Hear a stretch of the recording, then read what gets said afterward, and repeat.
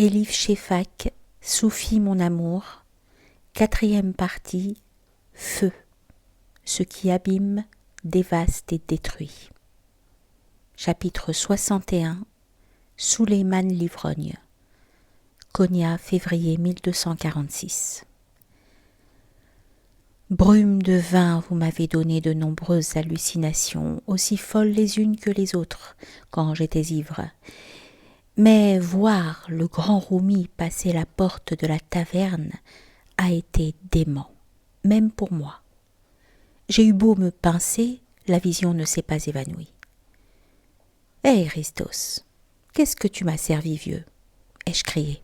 « Cette dernière bouteille de vin devait être une super bibine. Tu ne devineras jamais quelle hallucination j'ai en ce moment. »« Chut, idiot !» a murmuré quelqu'un derrière moi.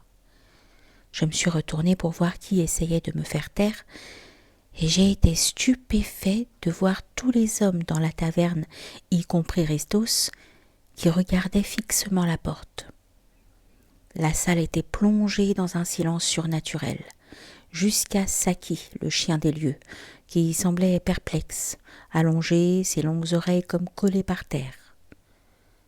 Le marchand de tapis persans a cessé de chanter ces horribles mélodies, qu'il appelait chansons, et s'est mis à oseiller sur ses pieds, le menton levé, l'air trop sérieux d'un ivrogne qui tente de passer pour autre chose. C'est Christos qui a brisé le silence. « Bienvenue dans ma taverne, Maoulana » a-t-il dit d'une voix dégoulinante de politesse. « C'est un honneur de vous voir sous ce toit. En quoi puis-je vous être utile ?» J'ai scié à plusieurs reprises et j'ai fini par comprendre que c'était vraiment Roumi qui se tenait là. « Merci, » a dit Roumi avec un large sourire pourtant sans chaleur. « Je suis venu chercher du vin. » Le pauvre Christos a été si surpris d'entendre qu'il en est resté bouche bée. Quand il a de nouveau pu parler, il a conduit Roumi à la table libre la plus proche, qui était justement à côté de la mienne. « Salamun alaykoum » m'a dit Roumi dès qu'il s'est assis. Je lui ai rendu ses salutations, auxquelles j'ai ajouté quelques mots aimables, mais je ne suis pas certain que mon discours ait eu du sens. Avec son expression tranquille, sa robe onéreuse et son élégant cafetan brun sombre, Roumi était franchement déplacé ici. Je me suis penchée en avant et dans un murmure, je lui ai demandé « Est-ce qu'il serait tout à fait grossier de vous demander ce qu'un homme tel que vous fait dans un endroit pareil ?»« Je subis une épreuve, Sophie, » m'a répondu Roumi avec un clin d'œil, comme si nous étions les meilleurs amis du monde. « J'ai été envoyé ici par Shams pour ruiner ma réputation. »« Et c'est bien ?» ai-je demandé.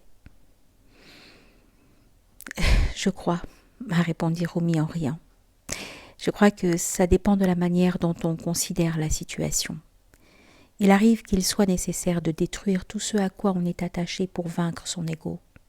Si on est trop attaché à notre famille, à notre position dans la société, même à notre école ou à notre mosquée, au point qu'elle se met en travers du chemin menant à l'union avec Dieu, il nous faut renoncer à ces attachements.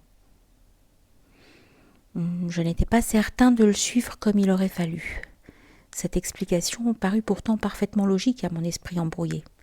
J'avais toujours soupçonné que les soufis étaient une bande de fous pittoresques capables de toutes les excentricités.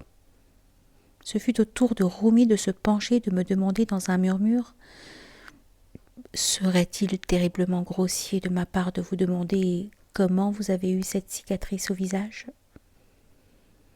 Oh, ce n'est pas une histoire très intéressante, je le crains. Je rentrais chez moi tard un soir quand je suis tombée sur ce garde de la sécurité qui m'a tabassée. « Pourquoi ?» a demandé Roumi avec un air sincèrement inquiet. « Parce que j'avais bu du vin, » ai-je dit en montrant la bouteille que Christos venait de placer devant Roumi. Roumi a secoué la tête. Au début, il a paru tout à fait décontenancé, comme s'il n'arrivait pas à croire qu'une telle chose puisse se produire, mais bientôt ses lèvres ont formé un sourire amical. Et c'est ainsi que nous avons continué à deviser. En mangeant du pain et du fromage de chèvre, nous avons parlé de la foi, de l'amitié et d'autres choses de la vie que je croyais avoir oubliées depuis longtemps, mais que j'étais enchantée de raviver dans mon cœur. Peu après le coucher du soleil, Rumi s'est levé pour partir.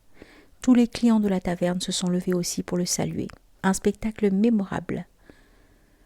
Vous ne pouvez pas partir sans nous dire pourquoi le vin a été interdit, me suis-je exclamé. Risto s'est accouru en fronçant les sourcils, inquiet que ma question puisse ennuyer son prestigieux client.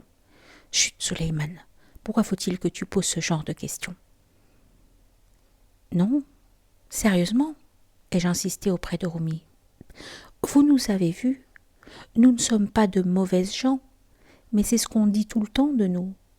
J'aimerais savoir ce qu'il y a de mal à boire du vin, à condition de bien nous conduire et de ne faire de mal à personne. En dépit de la fenêtre ouverte au coin, l'air dans la taverne était devenu lourd et enfumé, imprégné d'anticipation. J'ai bien vu que tout le monde était curieux d'entendre la réponse. Pensif, gentil, sobre, Rumi s'est approché de moi et voilà ce qu'il a dit. Si le buveur de vin est profondément gentil, il le montrera quand il sera ivre. Mais s'il dissimule de la colère ou de l'arrogance, elles apparaissent. Comme c'est le cas chez la plupart des gens, le vin est interdit à tous. Il y a eu un bref silence pendant lequel nous avons tous réfléchi à ces paroles. Mes amis, le vin n'est pas une boisson innocente, a continué Rumi d'une voix nouvelle, autoritaire et pourtant posée et ferme. Il fait ressortir ce qu'il y a de pire en nous. Je crois qu'il vaut mieux nous abstenir de boire. Cela dit, nous ne pouvons accuser l'alcool de ce dont nous sommes responsables. C'est notre propre arrogance et notre propre colère sur lesquelles nous devrions travailler. Cela a déclenché de vifs hochements de tête chez certains clients. Quant à moi, j'ai préféré lever mon verre, convaincu qu'aucune pensée sage ne devrait être énoncée sans que l'on trinque. Vous êtes un homme bon, grand cœur, ai-je dit. Quoi que les gens racontent à propos de ce que vous faites aujourd'hui, et je suis certain qu'ils vont déverser des flots de commentaires, je crois qu'en tant que prêcheur, c'était très courageux de votre part de venir dans cette taverne, parler avec nous, sans porter de jugement. Rumi a posé sur moi un regard amical, puis il a pris les bouteilles de vin qu'il n'avait pas encore touchées, et il est sorti dans la brise du soir.